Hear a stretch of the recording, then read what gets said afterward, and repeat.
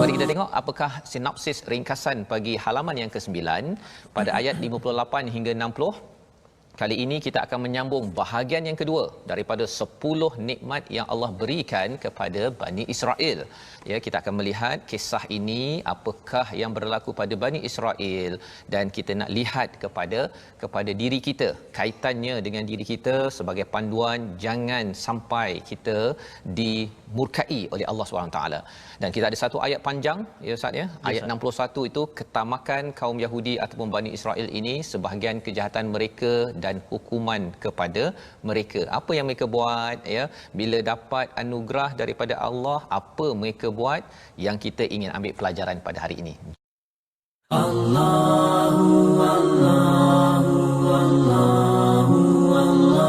أعوذ بالله من الشيطان الرجيم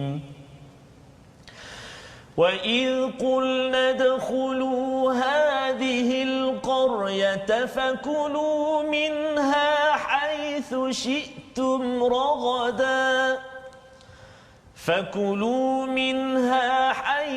شئتم رغدا وادخلوا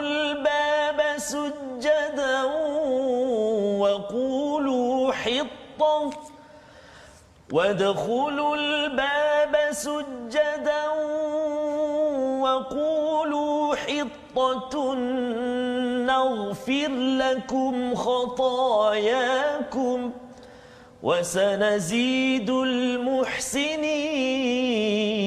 المحسنين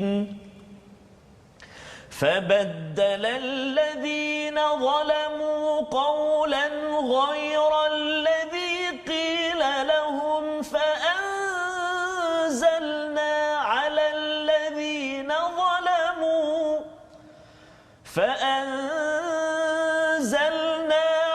الذين ظلموا رجزا من السماء بما كانوا يفسقون وإذ استسقى موسى لقومه فقلنا اضرب بعصاك الحجر فانفجرت منه 12 عينا قد علم كل أناس مشربهم كلوا واشربوا من رزق الله ولا تعثوا في الأرض مفسدين.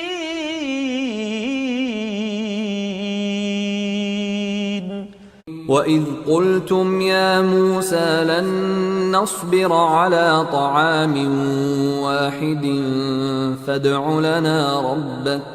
فادع لنا ربك يخرج لنا مما تنبت الأرض من بقلها وقثائها وفومها وعدسها وبصلها قال أتستبدلون الذي هو أدنى بالذي هو خير اهبطوا مصرا فإن لكم ما سألتم وضربت عليهم الذلة والمسكنة وباءوا بغضب من الله ذلك بأنهم كانوا يكفرون بآيات الله ويقتلون النبيين بغير الحق ذلك بما عصوا وكانوا يعتدون. صدق الله العظيم.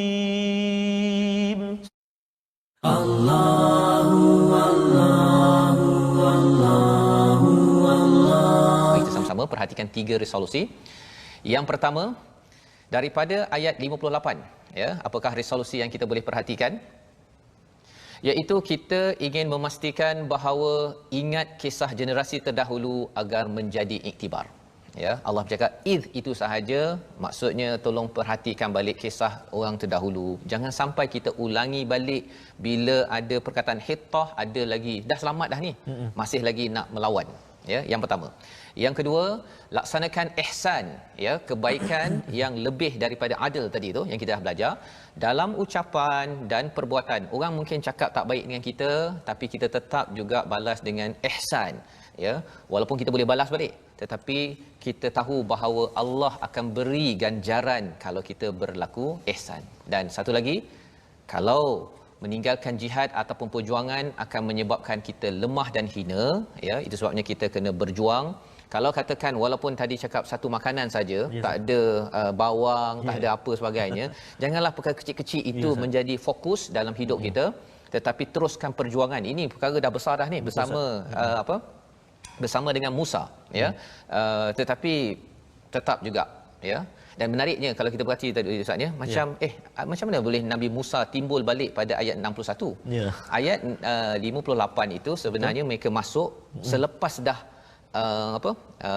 dekat padang pasir itu. Nabi Musa dah wafat. Untuk maklumat tuan-tuan, ya, Quran ni tak disusun macam buku sejarah. Masya-Allah. Dia disusun untuk pelajaran. Perkataan hari ini yang kita nak belajar adalah perkataan apa? Hasuna. Ya, ha sin nun, ya, banyak kali berulang dalam al-Quran, 194 kali, ya, disebut dalam al-Quran, dan maksudnya ialah baik ataupun membaiki, Ustaz, ya. Dalam Quran ada perkataan ihsan, ada perkataan apa lagi? Ahsanut taqwim, kan? Allah qad khalaqnal ahsanut taqwim. Jadi bila bercakap tentang ihsan ini, apa maksudnya? Satu, Hasan Asfahani menyatakan ada 3 jenis, ya. Baik dari segi akal, baik dari segi hawa nafsu, baik dari segi panca indera. Ya, jadi apabila bercakap tentang hasan ataupun hasuna di dalam al-Quran, kebanyakannya bukan bercakap tentang baik, cantik, handsome di luar sahaja. Itu sebabnya Nabi Yusuf dalam surah Yusuf digelar sebagai muhsinin. Di sini pun Allah cakap akan ditambahkan kepada muhsinin, bukan sekadar di luar handsome. Biasa orang cakap baca surah Yusuf nanti nak anak handsome, kan? Sebenarnya bukan sekadar itu, tetapi merujuk kepada kebaikan dalaman, basirah, atas dasar basirah. Itu kata Asfahani, maksudnya berdasarkan pada panduan Al-Quran, boleh ikut Quran, itu orang handsome yang sebenar-benarnya.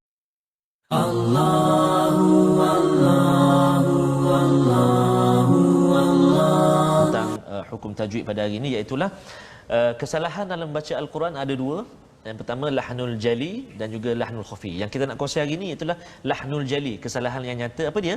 Berlaku apabila terdapat kesalahan pada sebutan huruf atau perubahan pada tanda baris, sama ada membawa kepada perubahan makna ataupun tidak. Yang penting, jika kesalahan ini berlaku dalam bacaan solat secara sengaja, terutamanya salah dalam surah Al-Fatihah, maka dia boleh membawa kepada ketidaksempurnaan solat kita. Jadi kesalahan-kesalahan lahnul jali ni, kesalahan yang nyata ni, maksudnya orang awam pun dapat kena pasti, Ustaz. Orang-orang awam pun dengar. Maksudnya salah baris. Contoh kita baca, kan, Bismillahirrahmanirrahim, Alhamdulillah. Orang perasan. Adik kita yang tadika pun perasan. Alhamdulillah, kan? Ataupun contoh Bismillahirrahmanirrahim, Yasin wal Quranil Hakim. Itu tukar huruf ha dengan huruf ha. Kan? Jadi inilah kesalahan yang besar, kesalahan yang nyata yang berlaku dalam bacaan, sama ada ia merosak kat mana, mengubah kat mana ataupun tidak merubah kat mana, tapi ia adalah kesalahan yang besar. Maka sahabat-sahabat Al-Quran semua kena berhati-hati, mesti berhati-hati setiap kali membaca Al-Quran.